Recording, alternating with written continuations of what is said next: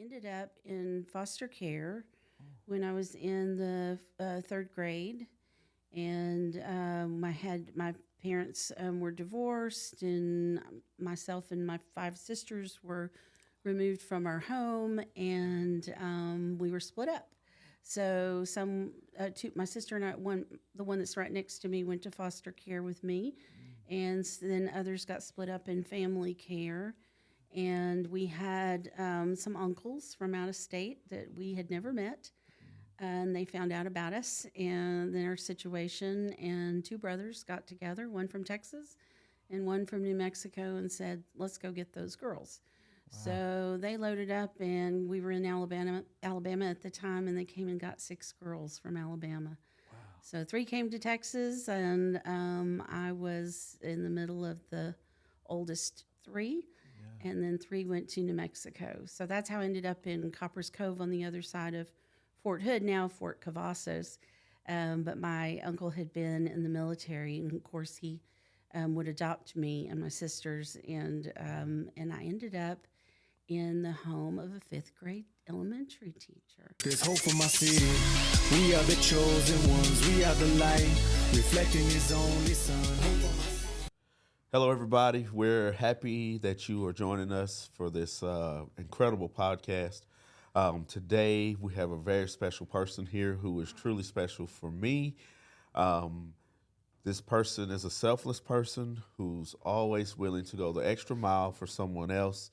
I just want everyone to know that we have the one and only Dr. Susan Kincannon. Come on. Thank you, Chief. You're welcome. You know, Dr. Kincannon is a superintendent of schools here for Waco Independent School District. Yes. And she is really doing some really good work. And we're never really given the opportunity to be able to express some of those good things and just celebrate the good things that we have going on. And today, we want to give Dr. Kincannon the opportunity to be able to celebrate those good things that are going on at WACO ISD, because we know that there is a misconception of what's going on there with the negativity in the community and how it falls over into the school district. And so we just want to let everyone know that there are a lot of positive things that are going on, and that we are just here with Dr. Susan Kincannon so she can just kind of inform those who are not informed. Yes, and so I want to be able to give another warm welcome to Dr. Kincannon in this way.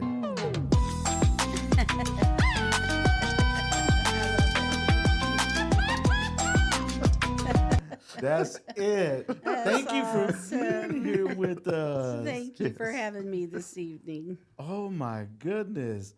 I'm Pastor G. I'm a co-host here with Chief Williams. And yes, we're so glad to have you here today. Thank you. You know, to put this in perspective, we have how many kiddos that you are over altogether? Yeah, we have over 13,000 students in Waco ISD. This in October, we'll be taking our official snapshot count, which is the state's way of saying this is our final number for a school year, and that always comes on the last Friday in October.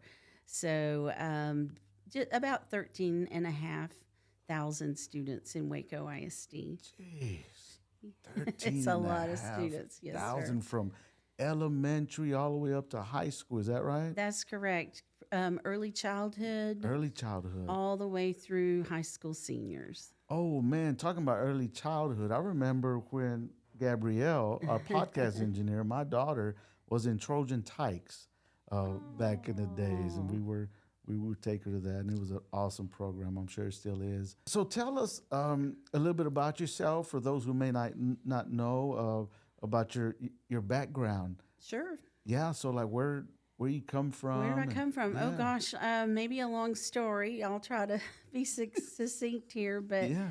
I'm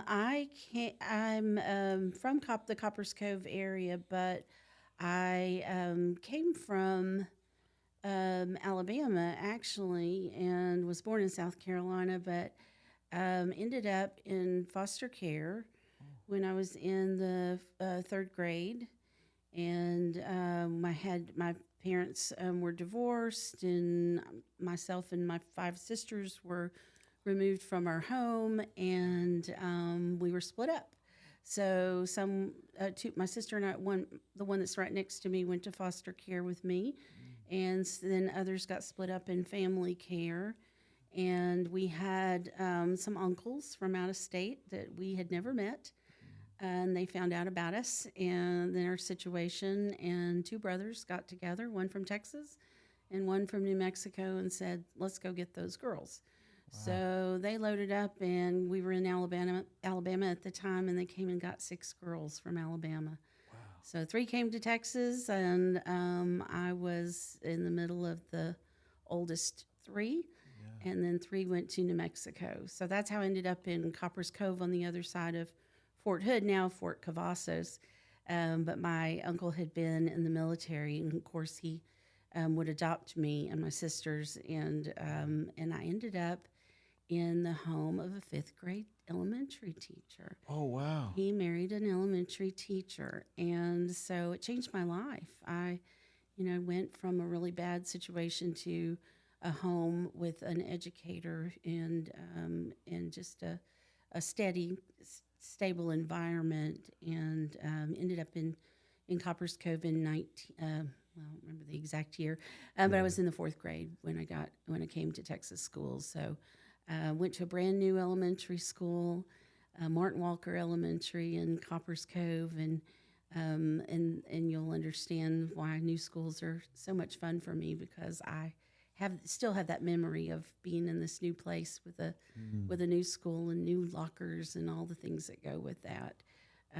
So that's me, and school is my safe place. I loved my teacher. I had the most amazing 4th grade teacher that first year in Copper's Cove, Mrs. Frances Killingsworth, and I adored her.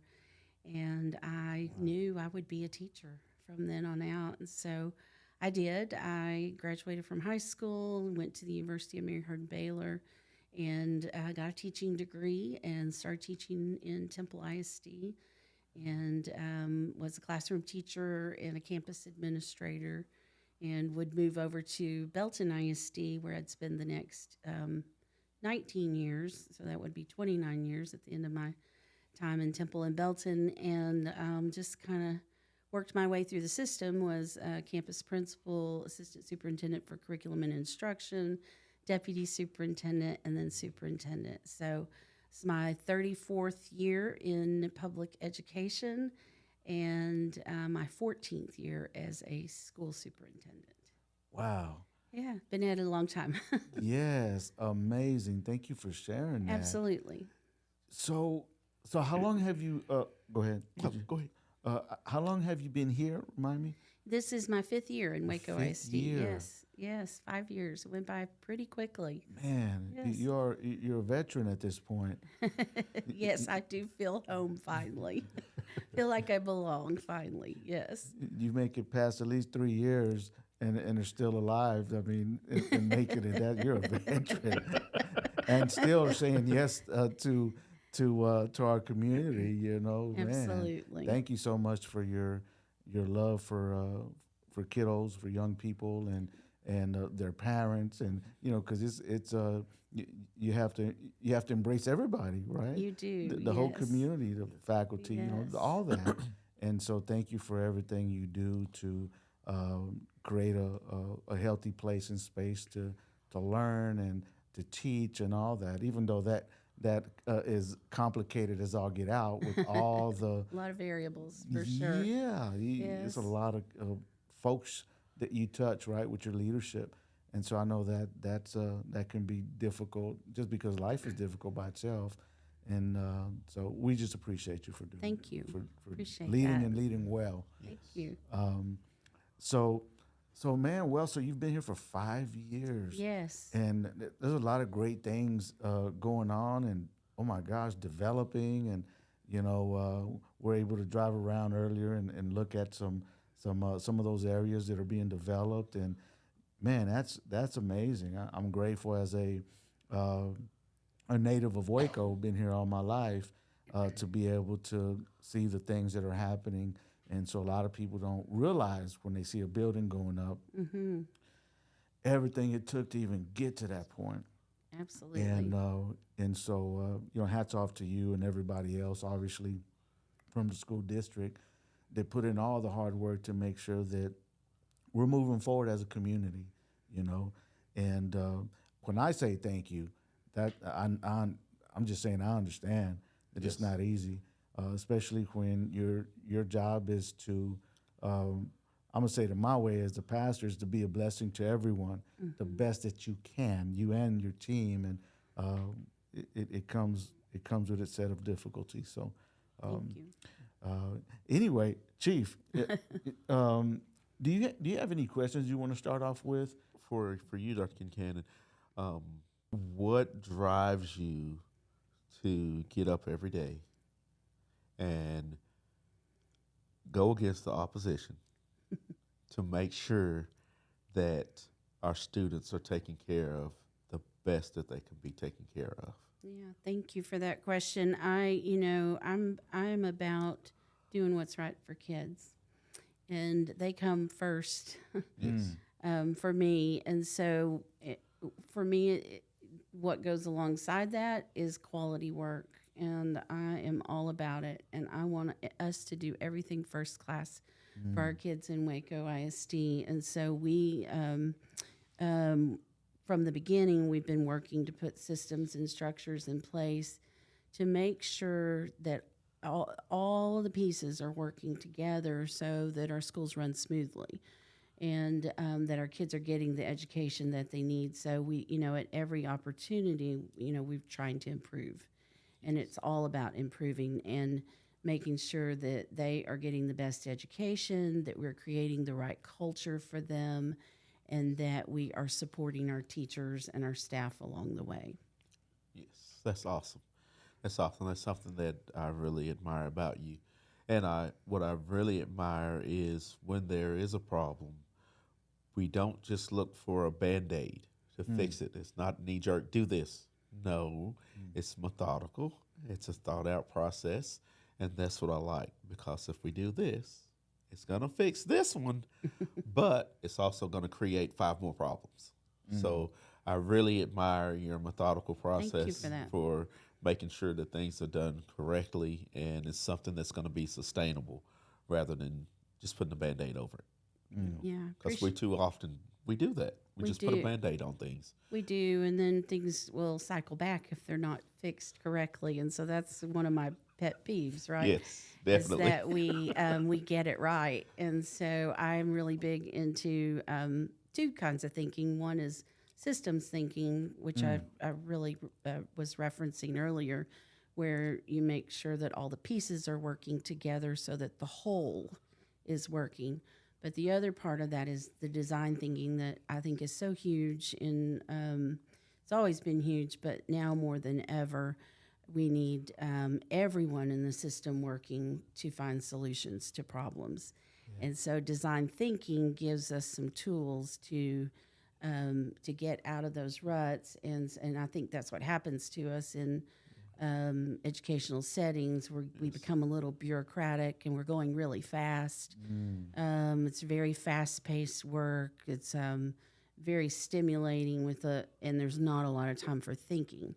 So if we can slow down and do some thinking about how to solve some of our problems, we can solve our problems. Yes. And I believe that we can, but we have to use some tools and be very thoughtful about that. And so I've really tried to incorporate that design thinking into the work that we're doing.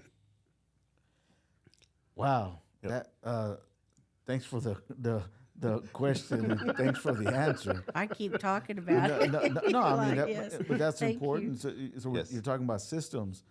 Systems will give you a desired outcome or an undesired outcome. Right. Right. And so it's as a parent, as a person born and raised here in Waco, it blesses me to know that you are being methodical. You're thinking through things to do them on purpose, not a knee-jerk reaction, but a responsive, having a response, not a reaction. And so that means a lot because you are you're in the business of caring for all our kids. And so there's a lot of times us in society, we're parents and uncles and aunts and, whatever the case may be, concerned citizens in the community. When things are happening in real time, we want microwave responses. We want things that are done this way right now to fix the current, like this problem that has surfaced. Meanwhile, you've been thinking about that and everything else for the future, but it's difficult because I know that leadership is not just being a leader of leaders is not just focusing on the now. That's important, but it's looking down the road and looking at the future and how can you balance both those things out and working on them, because if not, you're just in management mode. Correct. Right? And so it's really a blessing to me as a leader in this community here that you're conscientious of that in a way that you're not just going 1,000 miles an hour and just trying to put out a whole bunch of fires, and that's it starts there and ends there, So thank you for doing that. Most welcome. Thank you. It's one of those things where we mistake movement for progression. Come on. Because you can stand in one spot and run all day long, Absolutely. and you're not moving. Yeah. You're moving. Here we go. Be on a treadmill. But we're not progressing, and so that's what I really like. Yeah. I really, really, I admire that, is because it's not just movement; it is progression. And for me, from the police standpoint of it, being charged with the safety and security of the school district, the inclusion. Yes. Okay, that's something that really means a lot to me, is the inclusion, because it's not just, this is what y'all are going to do, Chief, what do you think about this?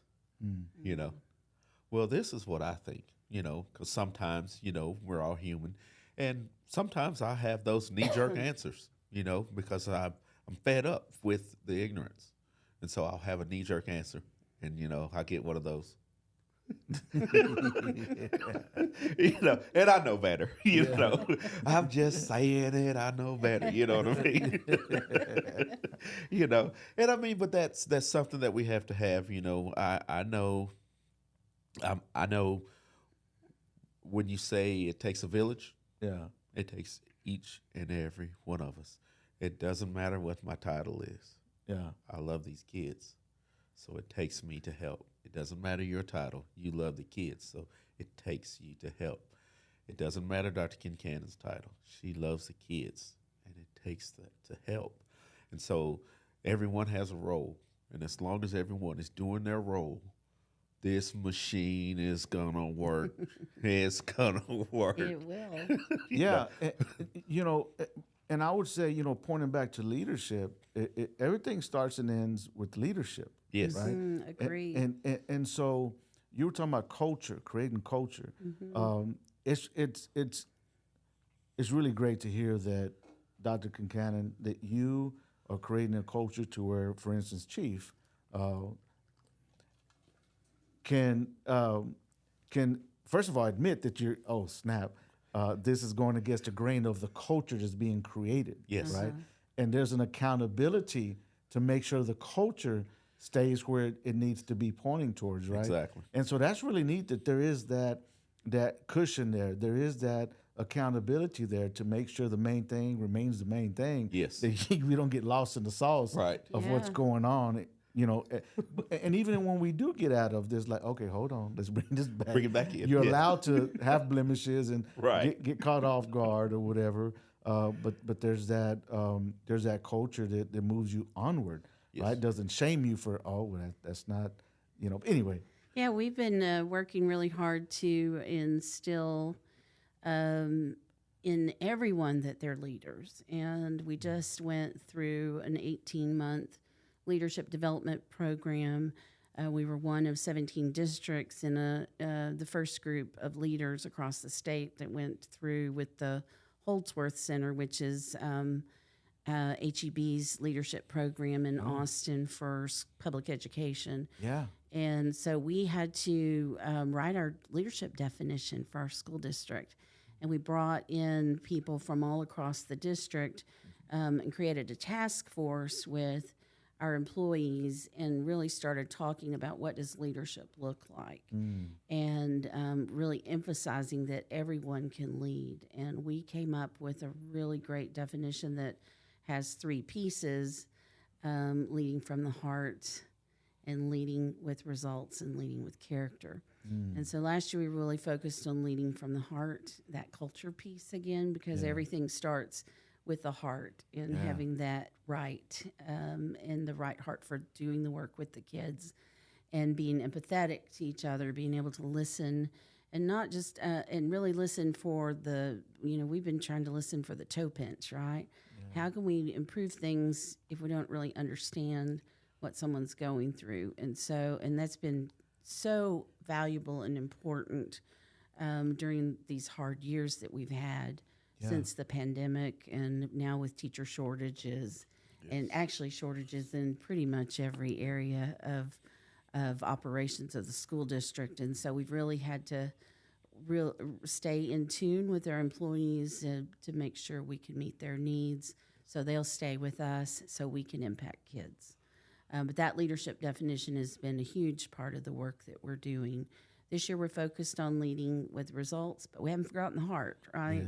We're sticking with that, and I'm really proud of all of our school leaders and how they've embraced that work, and they've been bringing their staff along with that definition. I had the ability to talk to our staff at our convocation this year about what it means to lead for results. Last year we talked about leading from the heart, and I feel like they're with me, and we're rowing in the same direction, which is just such a great feeling when you can get the whole team working together.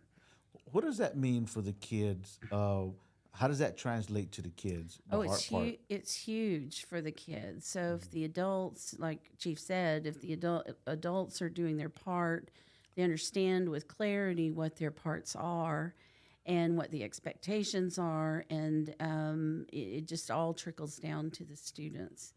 And it starts with everyone understanding what's important, and everyone buying into the work, and then our teachers and our staff making that happen for our students. I was told by a professor in college that it takes weigh-in to get buy-in, and that's always stuck with me. And I watch what Dr. Kincannon does, and she gets the weigh-in, always gets the weigh-in. I need you to check this out. I need you to, and so everyone's looking and seeking. They're not just doing things because, or we are not just doing things because she's saying, go do this. It's one of those opportunities where she's growing us to seek, and getting our opinions, let us weigh in on it. And then we have the vision is clear, because, hey, I helped with this vision.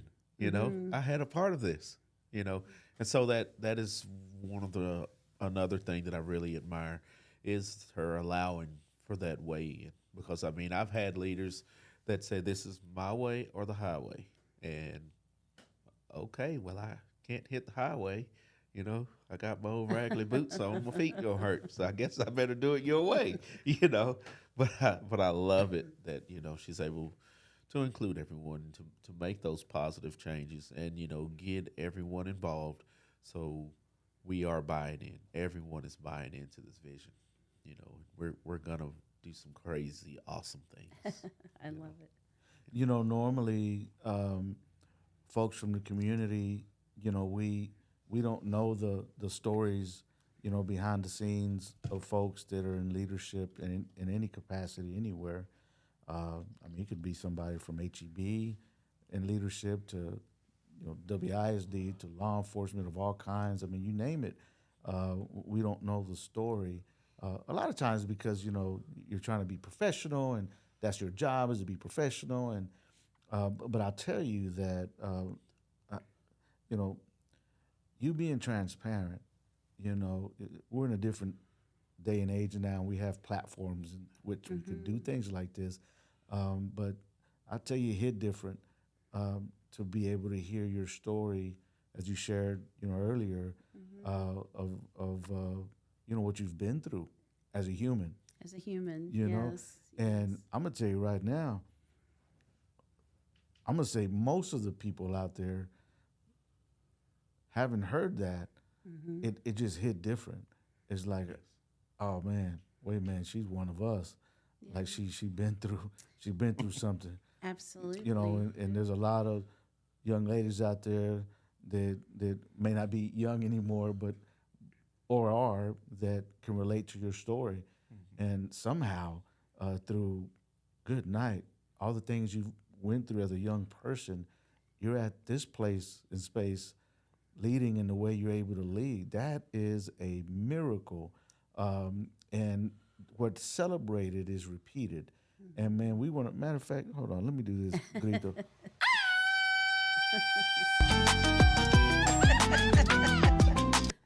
What's celebrated is repeated, and we celebrate you for displaying, being the person that you are today, but saying yes to the calling on your life, right? Yes. You have realized, or you wouldn't be where you're at, that it's bigger than you, that it starts with you, but it doesn't end with you. Yeah, it's way bigger than I am, for sure. But what a blessing, though, in your leadership to be where you're at. And I'm proud to have you in our city, Well, thank you. the Co, Waco, Texas, AKA the Co, okay? That you are leading in our school district. Yes. What a blessing and what an encouragement and hope that gives to others out there. Listen, it gets messy. I've been hitting on that all ever since we started, but because it is messy, right? We all understand mess because we're all human, but unfortunately, we're dehumanized when we're in leadership. Be it a pastor, a law enforcement, you're your chief, and you're the big dog of the whole ISD. You're Waco superintendent, and I know that comes with, because I hear it because I'm from the city too, right? Sure. But there's more than just. Of course, there's things that are going to happen that if you're not in leadership, then you ain't got no business being in leadership if you don't aren't in position to be able to deal with things that happen that don't go your way or our way or according to the vision of what we want to happen. Leaders have to adjust in a pocket and deal with things. By definition, that is what a leader is supposed to do. When things don't work out the way they should and things happen that we're not aiming to happen, you have to be able to deal with that. If not, that you ain't gonna be in leadership very long. But out here in our community, we have to think different. We have to allow. We have to give our people in leadership the opportunity to be human, right? And I think we don't do that enough. We have room for improvement, right? All of us. I do. We all do, right? And so this is about getting some understanding. That's what's going on out in our streets today. Is a lot of misunderstanding. But if we're able to, as leaders in our community, come together to get understanding, to understand that we're all human, and wait a minute, you have issues like I have issues, our issues, they have issues. And so, but if we're like-minded and we all have a heart to do better, man, let's celebrate that, right? Unless you have somebody that's not wanting to move forward, not wanting to do anything. But when we have leaders in our city that are looking to move forward, despite the struggles going on around them and even inside them, let's celebrate that and let's come together, because we are trying to bring hope to our city in a way in ways that we can by puzzling in. So thank you for all that I'm gonna keep saying it because this is the podcast that we're co-hosting. I'm just gonna say thank you all day because Exactly. Listen, I've been doing this for over 20-something years. I know too much. We don't do it for the thank yous, but it's a blessing whenever you're able to get a thank you. I'm just saying, it to be affirmed as a person, you don't do it for the affirmation, but when you do get affirmation, what's celebrated is repeated. We want more of the same in this way to move forward. So Exactly. Great. Thank Exactly. you. The story of you, growing up, it just so happens to be your story. How important is that in who you are nowadays? So important. I Gosh, it's a hard story for me to tell still today. I don't have a lot of childhood memories because of the trauma. And I've shared that story with my principals, and it's hard to tell. Like I don't have memories really from being a young child before coming to Texas much because I blocked it out. But that impacted me when I got here and found positive role models who really helped me come out of that. And I found out that I was really good at learning, and that's where I found my niche. Right, I love to learn, and that's I use that, and I'm always looking for the next thing to learn, so that I can help us keep moving forward and stay on a path, a trajectory of improvement. And so I would say that would be the biggest takeaway is being that learner and being open to new things and new ideas. But also, I would say, that Mrs. Killingsworth was my everything in that classroom. And so I want our kids to have that kind of experience. I want them to have all the special moments in their classrooms and in their schools. There's a book called The Power of Moments, and how we remember, the things in our lives. You're going along through your life, and there are peaks, high moments in your life, and there's some pits. But we want kids to remember the high points, right? The peaks, and we want to be able to create those moments for them, because we have the power to do that as educators. So we have the power to do all the little special things that get them engaged and make learning fun and create that school culture. And I'm just on fire about it. I'm having so much fun watching even university, high school, just watching them last week for homecoming. They filled up the stands. The kids were great. They had a pep rally, and Mr. McAdoo was so excited because he got the kids to figure out what they wanted to do. And the kids said, we want to facilitate this pep rally from here on out. We don't want the adults to do it. And he listened, right? He listened. And so he's having fun. The kids are having fun. And I'm just having fun watching them, right? Yes. Enjoy themselves. And we just had such a great time Friday night. For me, standing back and seeing everything happening all around, and just that was a moment for me to see this is what it's supposed to look like, right? This is about community, and it's about kids enjoying that high school experience, and all orchestrated by adults who love kids and want to create that special environment for them. Amen. Yes. Shout out to the U Dogs University High School. Yes, They yes, deserve yes. that shout out. Absolutely. Yes, and thank you to everyone out there that is contributing to making sure that it is a successful program there out there in the University South Side of Waco. Of course, I'm sure all the parents are going to be excited about that shout out. Oh, yeah. So, It's well deserved. when I was in school, uh, you know, as a little knucklehead, I was a knucklehead.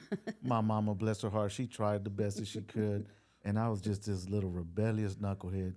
And I remember though, the teachers, I know them by name. They were inspiring in a way that they treated me with dignity, and they would. I remember Miss Hall at Bells Hills Elementary. This was way back in the days before it got remade, probably about 2 times or whatever. But I remember she would have her hair in a bun, and she would say, he's a great kid. He just needs to get on the ball. That's what she would say all the time. My mom, she would have little meetings with her, and she would just talk good about me and just say he just needs to get on the ball, And I got, I remember Miss Brown, my science teacher, in 6th grade. Boy, she's something else. Miss Brown, she now was Miss Leonard, Yes. and she was over there at the Alternative Yes. principal, and I had a chance to volunteer and work with her with the little knuckleheads as I was, and so, but I'll never forget her because she didn't play, but she was our science teacher.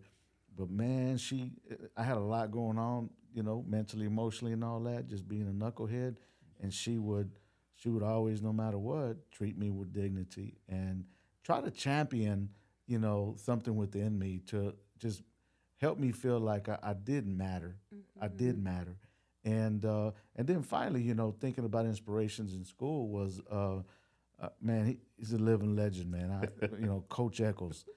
Oh my goodness, he was like I guess a behavior specialist, as we would call now, But my goodness, man, Coach Eccles is an inspiration to a lot of us, especially the knuckleheads. But he was cool with everybody. But he was hip. He was like the guy. And we would have to go in what is called SAC.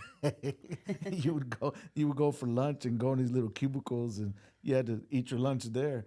And man, if you played with him in a way that was disrespectful, he would take care of you. Don't get me wrong, But for those of us that were knuckleheads and we were, angry, and he would respect us though, and it would make somebody like me respect him. Because if not, if you're acting kind of crazy and fight, I'm already there anyway. I really don't care about life, and so, but I appreciate those throughout my school years that they really cared, and I remember them by name. I'll never forget them, and so shout out to all the teachers out there that work really hard, not only teaching and facilitating things, but also caring and loving on the kids. It does matter, and it does make a difference to us. Whether we may say it in front of you or not, it lasts forever because it has for me, Absolutely. and obviously for you. For me as well, yes. I mean, goodness. Yes, and I saw Mr. Eccles on Friday evening. Did you? He's just such a delight. Yes, so he's been so kind to me, and I really am grateful for that. He's He a real is gentleman. Yes. Yes. An iconic legend. I'm telling you right now, in our city, from athletes, you name it, everybody. So yeah. Shout out to Coach Eccles, man. As the school district understands the needs of the kids, what programs do we have in place? Have we put in place to help aid those needs? Gosh, there are several things that we've been working towards, and we talk about systems and structures since I've gotten here. But I'll give you a couple of examples. One is reading recovery that we started. And we started with our federal ESSER funds, and we sent 3 teachers to Texas Women's University to become lead teachers for reading recovery, which I think is the Cadillac model for teaching reading. And those 3 teachers worked with students while they were getting a doctorate in reading, and now they have come back and they've trained a teacher at every elementary campus who have been working with students. And so we're seeing some nice growth in the 3rd grade, and that's really started. Well, actually, 1st, 2nd, and 3rd, but we're starting to see that on our STAR results in the 3rd grade, although they don't count in the accountability system. We won't go there tonight. But reading recovery is huge, and that's been tremendous for us. We implemented a system of interventions starting about a year after I got here. We got that in place, and so we have academic pull-out instruction at all of our schools so that students who are behind have a way to catch up. Yeah. And it's intensive instruction. That's one huge program that I'm really proud of, that we have all of the pieces in place for our kids to be successful in catching up academically. Another thing that we've done is to build our dual language program, and I'm really proud of that. We started with one elementary pilot, and we've grown that to all of our elementary schools with bilingual programs, and huge. And the state's been looking to us to help mentor other districts because our director of bilingual programs, Mrs. Grace Benson, has done such a tremendous job of leading that. And so we're seeing our bilingual student achievement increase.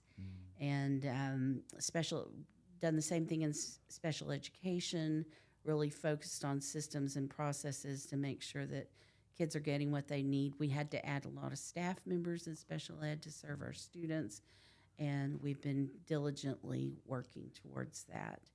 And then I could speak to another program we have called Opportunity Culture, where we're really focused on student growth, academic growth, but at the same time we're growing teachers, student teachers. We call them residents now. But those student teachers are getting paid. And then we have leadership opportunity for a classroom teacher called a multi-classroom leader, who is leading her teacher peers and getting a little extra stipend to do that. So we're growing that leadership among our teachers. Man, that's awesome. And then we're bringing our student teachers along. And so just a lot of pieces are coming together for growth, growth of kids, growth of paraprofessionals, growth of future leaders. And I'm excited about that. Our Future Educators Academy is probably one of our premier programs that we've started since I've been in WACO ISD, and that idea came from the teachers in the community when we went through a 3-day design thinking workshop with a focus on teacher retention and why our teachers leave and what could we do to get teachers to stay in WACO ISD. And we really decided that we need to grow our own teachers, but we're going to start in high school. So we have now freshmen and sophomore students who are on a path to get us an associate degree when they leave high school, and then to be able to come back and teach for WACO ISD.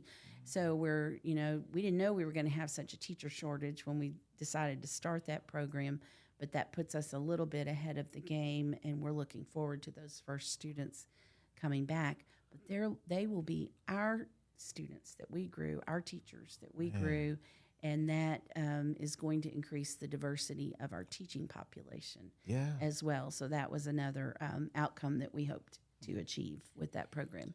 So there's a teaching strand that has always existed within our CTE program where you can take some classes to become a teacher.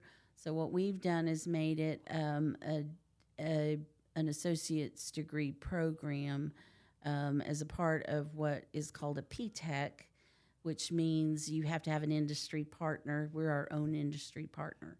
Wow. So we're providing the mentorship for the students.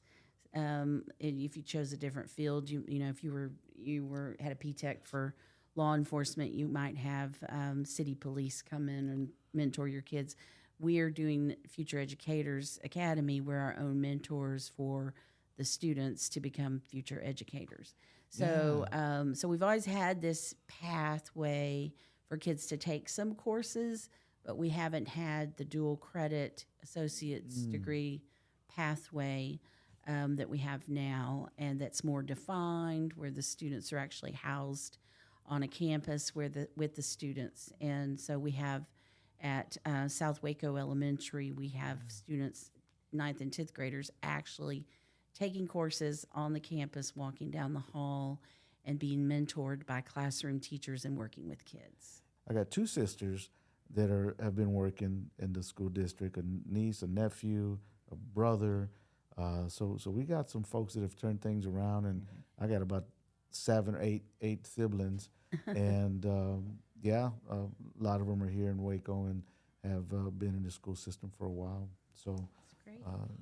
That's awesome. We have that in the family, and it's really neat because of those of us. Well, my family who have been through all the school district, are now teaching in the school district that they were invested in. And Yes, I think that, and we, as a committee, as a group that came together to discuss it, we realized that the student teachers who were staying with us were predominantly those who had come from the community. So we're really focused on getting our students to want to come back and teach for us. Leaders are learners. That's what I believe. Leaders are learners, and I just, those of you who are watching, just pay attention to this. When you're talking about leadership, is she's at the top of the leadership there at WISD, and she understands that leaders are learners because she's saying that I am constantly learning. She's not saying I have arrived, I got more degrees than a thermometer, so now I'm just here to lay the law. But she's here learning. That is so important because the folks that are up under you in leadership can only go as far as you can go, and she is still going. And so that's so important to constantly being sharpened up, challenged, and understanding the culture of today and how to be creative to adjust. Yeah, and I to think that. now more than ever we need creativity. And I've been at it a long time, and some of the things I know are changing right in front of my eyes. And we talked about empathy with Chief Williams. Yes. I'm old, right? I've been doing it a long time. We went to work. We did what we were told. Right. But today, you listen to people, right? People need an opportunity to express themselves. We need to understand things from their perspective, and we need to be able to shift and move pretty flexibly to get things done. And so, and I think more so even since the pandemic than ever before. Things have really changed, and they're continuing to change right before our eyes. Yes. Yeah. If you are more of a hands-on person, we at WACO ISD still have other opportunities for you as well. With our CTE, program. There's GWAMA, the Greater Waco Advanced Manufacturing Academy, and there's WACA, the Greater Waco Advanced Healthcare Academy as well. So we have those opportunities for students who are more hands-on and looking to learn, a trade, with GWAMA. Those opportunities for the kids, the classroom setting as far as, a traditional classroom setting may not be the thing for you, What may be for you is the classroom setting over here at a trade school, or some type of, technical education. That may be what's for you. And so one of the great things is WACO ISD offers that opportunity as well. Man, that's good. And to so, be I mean, reminded of. we have students that are welders that are just like awesome welders. And, and it's really great because it's male and female students who are, going into these different, courses that are made available, at the campus at GWAMA. And, and having that partnership, with TSTC and all of the, like Central Texas Ironworks and, just a lot of the other industries around, it's really awesome because they work really hard with, here's another thing, grow your own. And so those guys really come in and they help and they sponsor a lot with those students over there. And these kids are graduating and they have jobs. They're ready to go to work. I mean, they have certifications and are ready to go to work. Graduate on Friday and ready to go to work Saturday morning. Man. Yes. Even in the healthcare, you said? Yeah, healthcare as well. We have a number of industry-based certifications, and they lead to jobs, CNAs, and medical assistants. There's a lot to it, and that's what I love about larger school systems is just opportunities for kids. Like Chief said, students have different desires and they want to try different things, and we do that well in public schools. And we have opportunities for kids to be kind of whatever they want to be, and I'm really passionate about them being able to try their hand at different things. So they might be a football player, but they might want to also try some art. And we have all of those opportunities within our school district. I say WACO ISD has done that really well. Speaking of WACA and GWAMA, industry-based certifications, we have a high percentage of our students getting those certifications that can go out and lead to a job.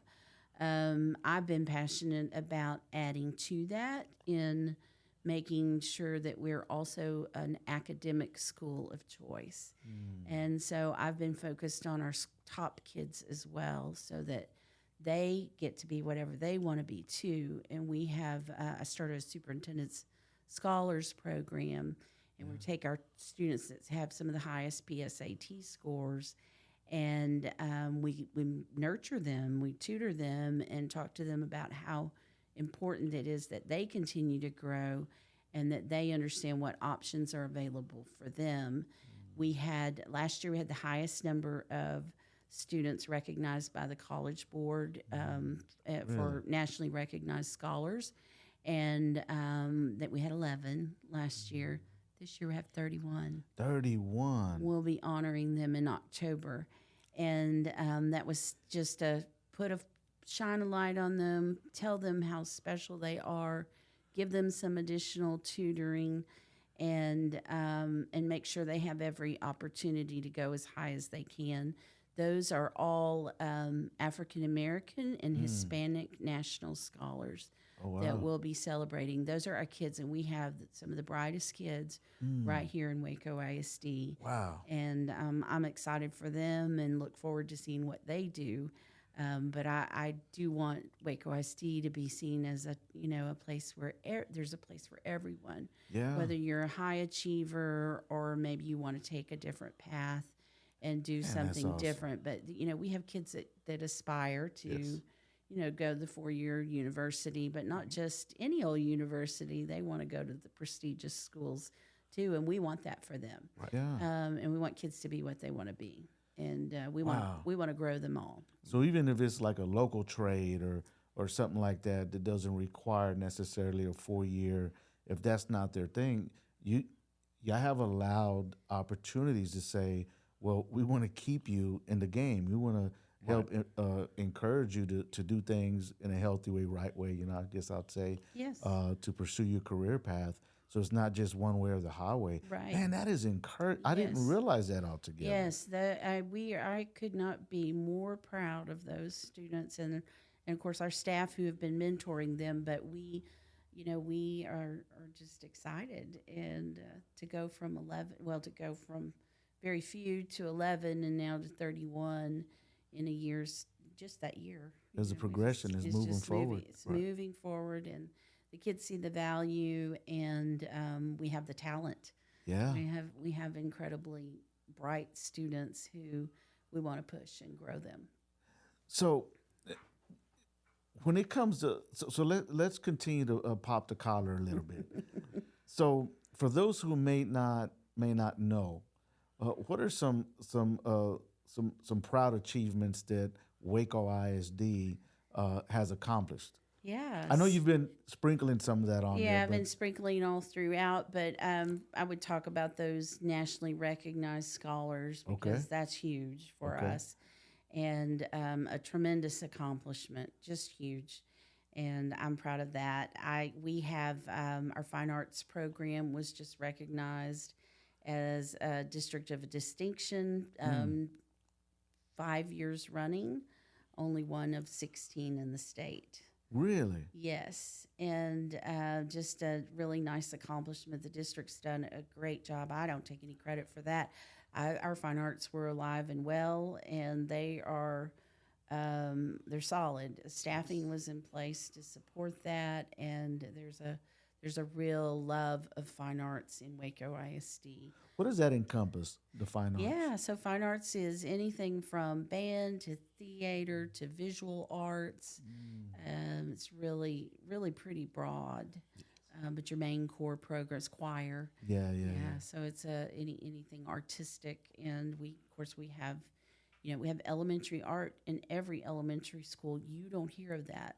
That's not a common thing in our area. A lot of districts haven't made that investment. WACO ISD made that investment for the students. Talk that stuff. Yeah. Yes. Hold on. We need a grito. We need a grito. Where's it at? That's it. Yeah. Man, that's something to be proud of. Absolutely. And then, of course, I'm proud of our athletic growth as well. So a lot of people don't want to acknowledge athletics or don't want to talk about athletics being important in the overall picture of education, but I'm a strong believer in the power of athletics and what it can do for students. Definitely. for discipline and just focus and overall health. And we've really come a long way in athletics. Added some programs that we didn't have. We didn't have middle school cross country, for example. We now have middle school cross country, and boy, was I excited last week when I saw cross country runner middle school kids on Facebook. I know my staff thought I was crazy, but that's the first time I'd seen it, and it just made me so happy. Yeah. Because there are kids that's a place to belong, Right. and there are kids that love to run, and they can run all the way through high school or even into college. Wow. Our teams are doing well. University made the playoffs for the first time since Yes. 2009 last year, and we're hoping to do that again and maybe go a little bit further. Definitely. And so we're seeing improvements there, like I said, on a Friday night. But there's just so much to be proud of. Our kids are growing academically. Our programs are growing. Things are really good. We have obviously, we want to continue to improve, but we're on the move. I'll tell you that. Definitely. Yeah. Definitely on the move. I know there's a brand new building coming up. Yeah. I was looking at that. Let's talk about that. Oh gosh, Waco High. I am delighted that we're building a new Waco High School building.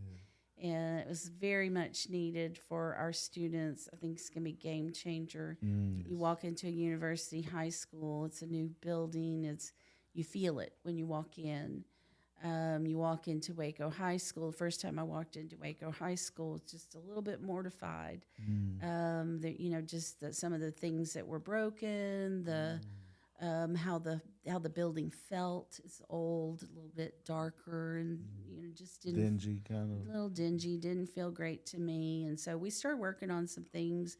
Some new furniture right off the bat. Let's get some new furniture. Let's patch up a couple of things that we can.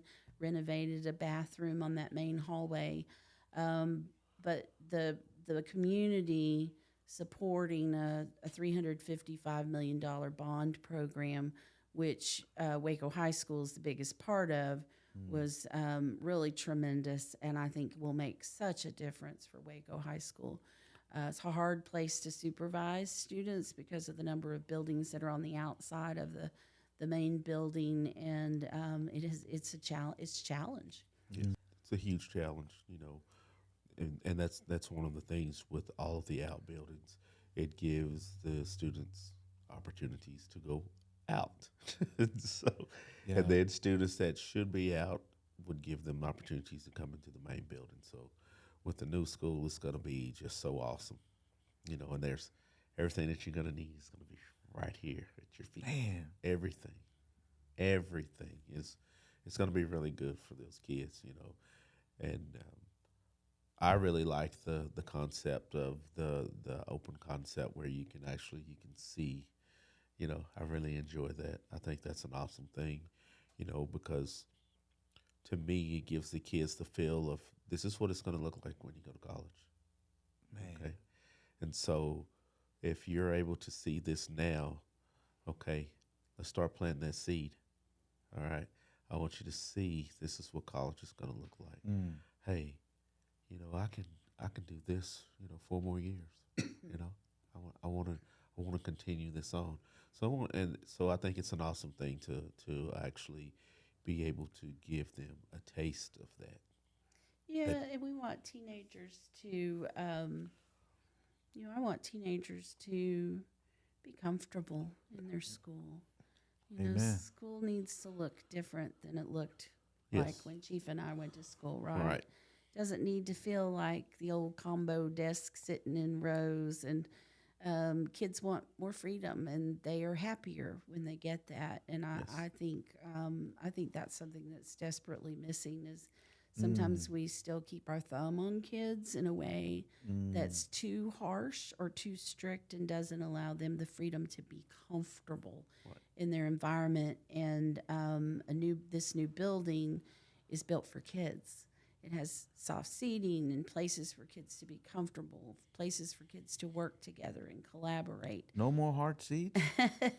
We'll have some different kind of furniture in the classroom, but the old combo desk, as you and I knew, I hope are gone. You know, I hope to what's the word, eradicate those Yes, because definitely. because nobody wants to sit in those all day, right? They might have worked in the Exactly right. in the old days. In fact, I learned that just by happenstance from my daughter's boyfriend when she was in high school. I said, "What do you love about your high school? What do you not like?" And he said, "Man, I hate those desks." Yeah. And I thought, you know what? I hate those desks too. Let's do something about it. Right. So, I think we kids, all did it. yeah, Yes, yeah, definitely. yeah. So kids, Definitely. you know, we want kids to be comfortable. We want to give them the opportunity to interact with each other. We want to give them a level of responsibility that says we trust you, Right. right? We still want boundaries. You know, we're going to give them boundaries, but we're not going to just direct everything they do all day in such a way that they feel so stifled and want to rebel. And I think that's huge for today's kids. We talked about staff, you know, wanting to have input and be heard. Kids want that too. Exactly. And that's what Mr. McAdoo and I were talking about Friday evening is how do we get the kids involved in managing their school? Yep. And you know, and speaking from a safety standpoint, you know, I have the buy-in, okay, because I've actually been able to weigh in, and I think that from a safety standpoint, we have to think of the law of attraction, okay, and if you are consistently saying that something negative is going to happen, usually that something negative is going to happen, okay? So we need everyone to change your mindsets. And we think about the law of attraction, and we're going to think about all of the positive things that are going to happen at this campus, all of the positive things that are going on at this campus, all of the positive things that are going to go on at Waco High. We are going to continue to preach those into existence. We're going to continue to work really, really hard to make sure that these children are able to have those positive experiences that they deserve. Yeah, you know, I think that speaks to you know, the community, those of us that are parents. You know, I think what Chief is trying to translate to us is to let's be responsible as parents in the community, as people in the community, to not gravitate to the negative things all the time so quick. You can acknowledge them, but don't focus on them. What you focus on, you become. And so what we have to do is, man, speak life into this thing. You know, hey, we got a brand new building. Hey, praise God, that's great for our kids, for our grandkids, for the future, right? There's something new in there, and they're doing it for the kids. So when things negative come up, don't be so quick to jump to them. You know, we have to be responsible. If this is our city, if this is our school district, then we got to protect that. I mean, that's just point blank, period. This is just simple math, right? If somebody's talking about your family, right, you'll get up in a heartbeat. Some of y'all, you know, where we come from, we start fighting and chunking chairs and everything. But we ain't talking about doing none of that. But what we are talking about is say something, speak on it. Say, wait, hold on. I understand you're mad. I understand y'all saying something over here, you know, ain't working out. But all together, man, we're working together to make sure our kids are going to be able to be educated, have a safe place to do that at, and to have fun, as you've been speaking to it, learning, and have the opportunity to start a career path for them. And what we have to do better as a community is come together, and not just come together only to when negative things are happening. You can still speak on that and say, "Hey, I'm disappointed," or, you know, discouraged about this. I mean, that's great, but let's not just start there and end there.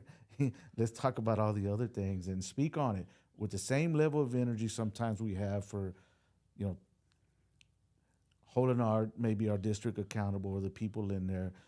That's A, form of community, but it's not the only form of community. If we're just holding each other accountable and there's no relationship building, we're never saying anything good. It's unhealthy. So we have to do better. We don't have to, but if we're like minded, I think we all are out here, and we all got problems. We all throw it off, and I use that word. I'm just we're out of there sometimes. We can still come together, even though we're different and having differences, and still do it to bring hope to the city. Yeah. To our kids. That's right. So I think there are just a number of wonderful things that are happening at Waco High School.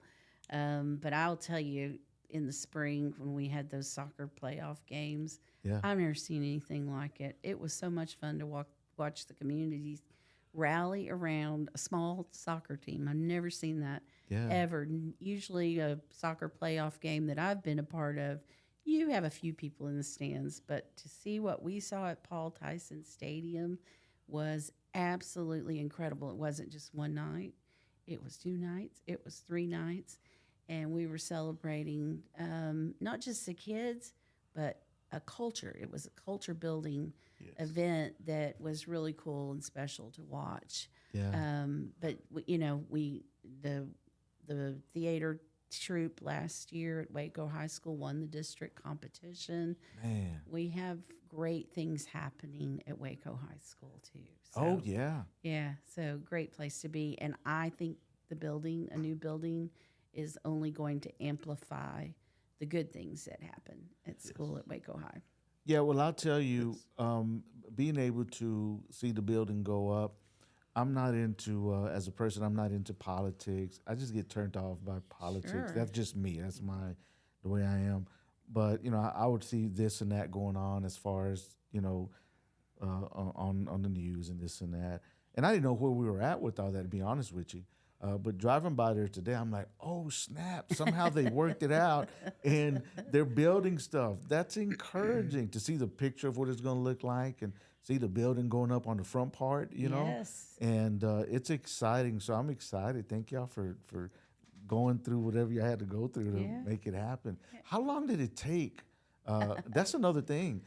So you've been here for 5 years, right? Yes. And sometimes when people see things like the developments that are going on, they might be under the impression that it just happened within a year. How long does all this take for it to happen? It's a tremendous undertaking. So I got here in September of 2019. By January of 20, we were already working to pull together a facilities committee to start planning for the bond, and really we were evaluating our facilities and getting ready to pull together a committee. Hold on. Am I doing educational jargon on you? No. Hold on. This is good. Okay. Hold on. So I'm trying to pick up what you're putting down here. So when you got here, you realized you seen what was going on. From the day I went into Waco High, I knew we needed a new Waco High. Absolutely. And so are you saying then that you, with the vision that you have provided, have established and implemented this whole process as far as in your leadership?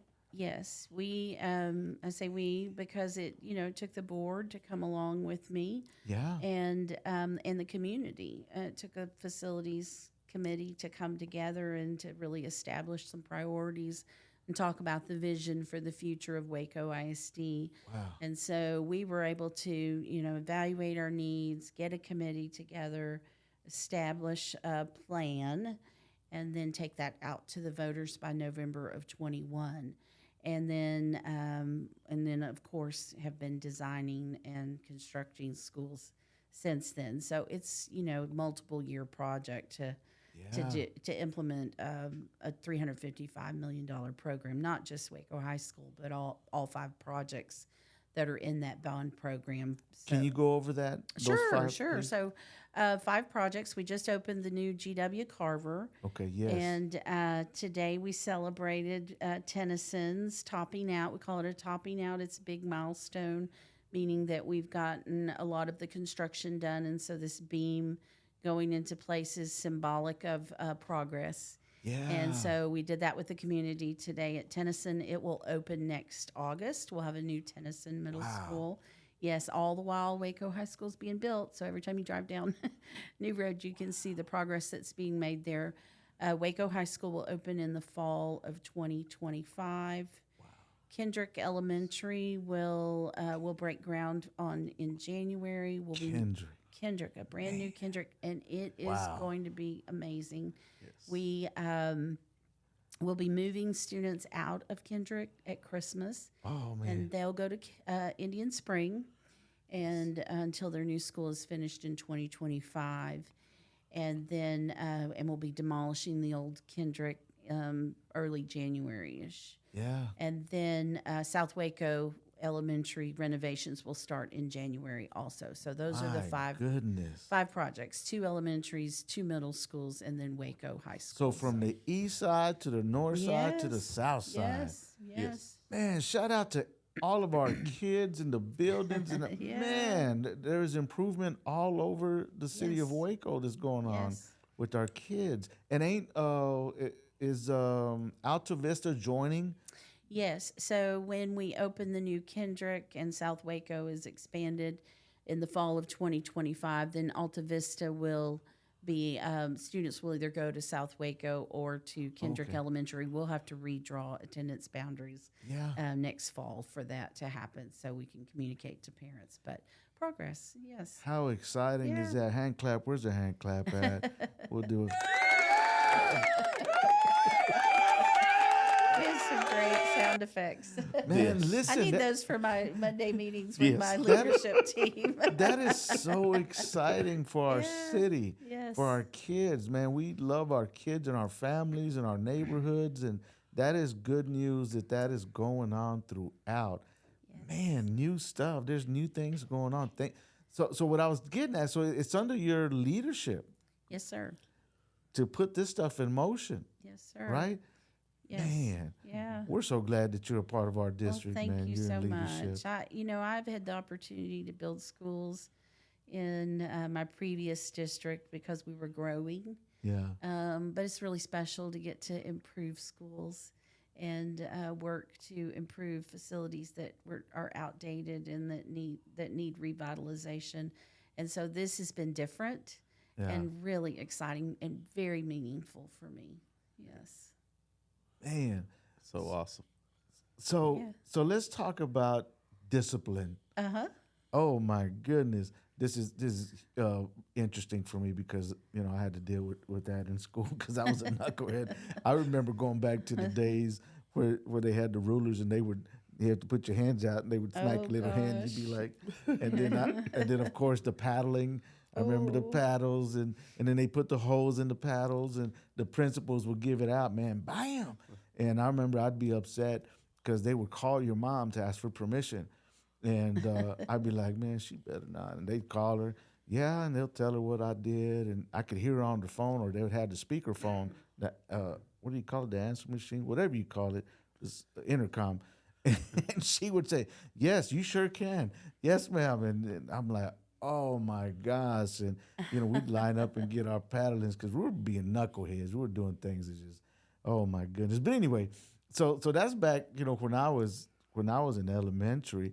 Can you talk about the discipline in the history, maybe, and the kind of where we're at now, and how does that work? So probably one of our biggest challenges is discipline, and it's it's complicated when you talk about variables in discipline. There are a lot of variables, and one of the challenges that we have is building capacity in our teachers to manage students. We have a very young teaching force. We have a lot of new teachers to the field, and we have some challenging students too. But we have to build that capacity in them to be able to do the work, and that's hard when you're rolling teachers and there's a teacher shortage and a high teacher turnover rate. So. So we're providing training, and like I said before, implementing systems and structures. We're getting everyone aligned to the same system, and then providing some coaching around that. And we're using a program called Emergent Tree. We've done a lot of training. We've had 2 summers of behavior academies for new teachers, and where we bring them in for a full week before school starts, and really work with them on how to de-escalate behaviors and how to implement systems in their classrooms, so they're prepared for the students. And definitely one of our challenges, and we're treating it like everything else we do, which is to make sure that we have a system in place, to so everyone understands with clarity what we'll do, and then we'll adjust from there. And so that's been ongoing. I know there was today was a professional development day, and there was actually today a training on for behavior interventions. This year we added a director to work with behavior, and then we have 2 coaches also that are able to go out and assist with students that are really having a challenging time. So behavior has always been complicated in schools, and we're in a human business. Yeah. And interactions with kids can be hard, and between kids and adults, and it's really on the adults to figure it out. I always say we have to figure out. I learned that early. I had some really challenging students as an elementary principal myself, and I had to realize that I don't blame kids. It's my responsibility to figure out how to work with them. And so I committed to doing that and was able to improve. And you just have to have the mindset that you're gonna own the work with kids. And so we're trying to teach kids in a positive way how to regulate their behaviors. We implemented a program called Character Strong that we're in our 2nd year of implementation on, and we're really focused on and showing them how to be good citizens and helping them to understand how to manage their emotions. And then at the same time, we're building capacity in teachers to manage behaviors. And like everything else, it takes time. Yeah. So it just takes time to grow that depth. And so we can't just work on that. Yeah. We have to work on keeping those teachers that we've trained too, because if you're rolling a quarter of your teachers every year, then you're losing all that capacity that you've been building to do the work. And so teacher shortages in the state and across the country are just, they're not good. It's not good when you're training people. You want them to stay with you. So there's still a lot of work to do there, but I'm proud of the progress that we're making. And our leaders are really buying into the work that we're doing, and they're doing a really nice job of communicating campus-wide expectations, and I think they're focused on kids, and it will get better. It will.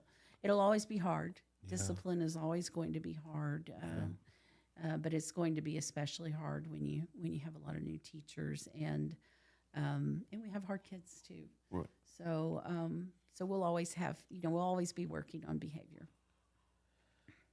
Well, my last question is thank you for sharing that. Yeah, and, absolutely. My last question is, in as a concerned citizen in the community, things happen outside of school with our young people that we all love, and unfortunately that stuff, some of our kids end up hurt, and sometimes in a way where their lives are taken, and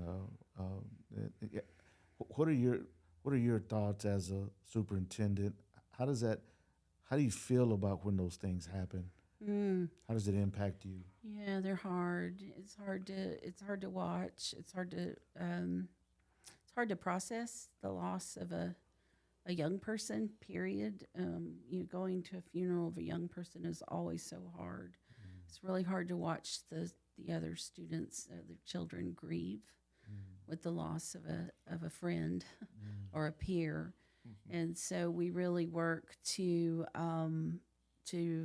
just nurture them, and we've done some things to provide some additional resources, some additional counseling through a program we have called Care Solace, where our even our staff, but our kids and our families can reach out for counseling support that's on our website. It's all confidential. Yeah. It's a subscription that the district pays for to help Really? help kids and families connect to counseling services. But we always try to respond. So we respond with counselors, additional counselors, and resources for kids who really need that support during that difficult time. Something really cool we've done the last couple of years is to add 2 facility dogs in WACO ISD. And so I know Really? that might sound kind of silly. In fact, someone asked me this week, what does the dog do? Well, the dog is there as a support animal for any student who needs it, and just becomes a part of the campus culture. You'd It's like emotionally. emotionally, and it makes a difference to, to be able to love on an animal or Right. or have a connection to a human. I know I had a teacher murdered in my former district, and we had some dogs come in. It was an elementary PE teacher. Oh. And the kids were really hurting. That PE teacher impacts every student on the campus. But we had our counselors come in and work with the students and talk about grief.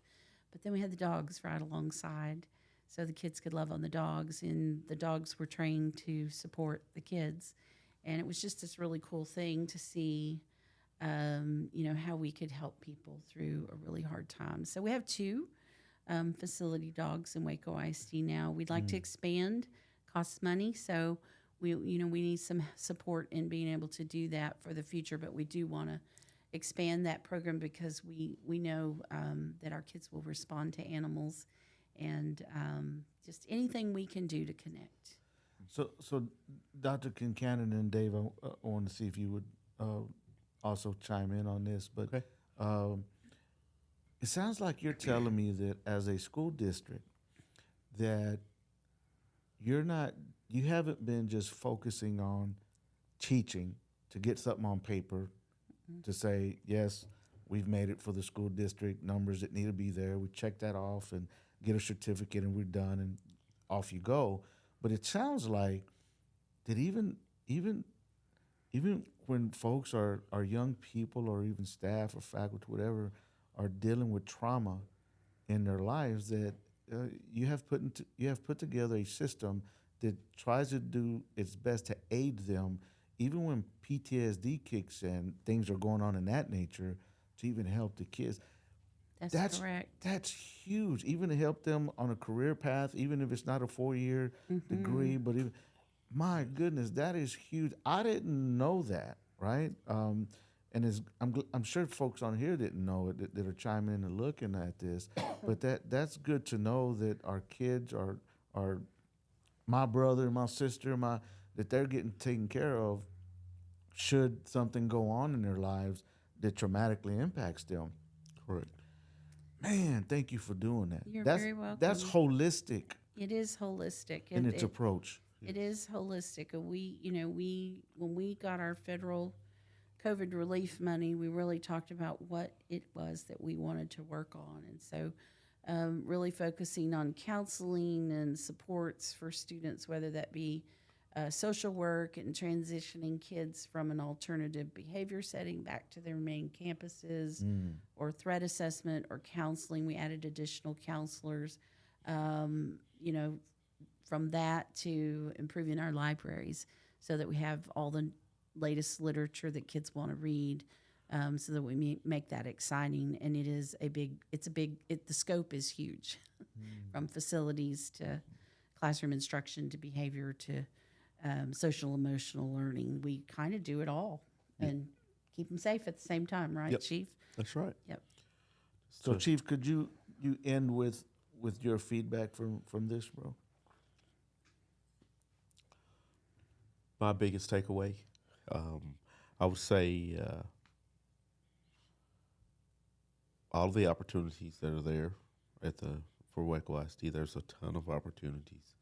And I'm grateful, and everyone out there should be grateful that we have a leader who is a selfless person, who's willing to do whatever it takes to make sure that our kids are safe, they're educated, and they are nurtured and they're included, you know, and we are developing mindsets of I can, I will, rather than, um, well, that's probably not going to happen. You know, mama didn't do it, grandma didn't do it, great grandma. Well, we are having to change those or break those generational curses. And we have a leader here who is affording us this opportunity to help break those generational curses that we are seeing so much in our community. And I'm very grateful for that. Thank you Chief. for doing that. Um, and I'm also grateful for all of the support that she does receive. That is encouraging. And I'm also grateful for all of the naysayers as well, because that is encouraging to help, us continue to know the vision and to stay focused and, not so much of doing it for the naysayers, but you have that handful of people that are saying the negative things, but then you have just so many people who are positive. And so we are letting these children, parents, everyone know that we're going to do whatever it takes to make sure that your babies are safe, they're educated, and they're put on the path to success. Yes, Whatever it takes. That's what we're going to do at WACO ISD. yes, and And loved. yes, Yes. and loved. And loved. And from the community, what we're gonna do is partner up with that. And yes, we do need those of y'all who you get the accountability part. You make sure, hey, that your voice is heard, and we need that. So continue to do that. As a concerned citizen in the community, we need that. But we need it all. Yes. So It that's all I takes- think we're all saying here. Let's just all come together. Puzzle in. Let's puzzle in, and we all have good points that we can come up with to puzzle in, not to be against each other, Right. but to come together and say, hey, you know what, that's a good point. But let's have grace, mercy, and love all the way around with each other, because that's what it's going to take. We Yeah, got to do right. it for the kids, y'all. Yes. At the end of the day, if for no other reason, let's do it for the kids, because they need us out here, man. They need us to come together. Definitely. And this is a place and a platform where we come together wide to bring hope for the city that we are a part of. If nothing else, as humans, just to come together and say, listen, we can come on any platform and disagree, and those things are out there, right? But what we're saying here, let's come together on the things we agree on, and we agree that our kids this day, they deserve all that we can offer them. Even though we got flaws and blemishes and all that, let's come together. We are a powerhouse of resources when we as a community come together in unity, right? So God bless y'all. We'll see y'all next time. Peace.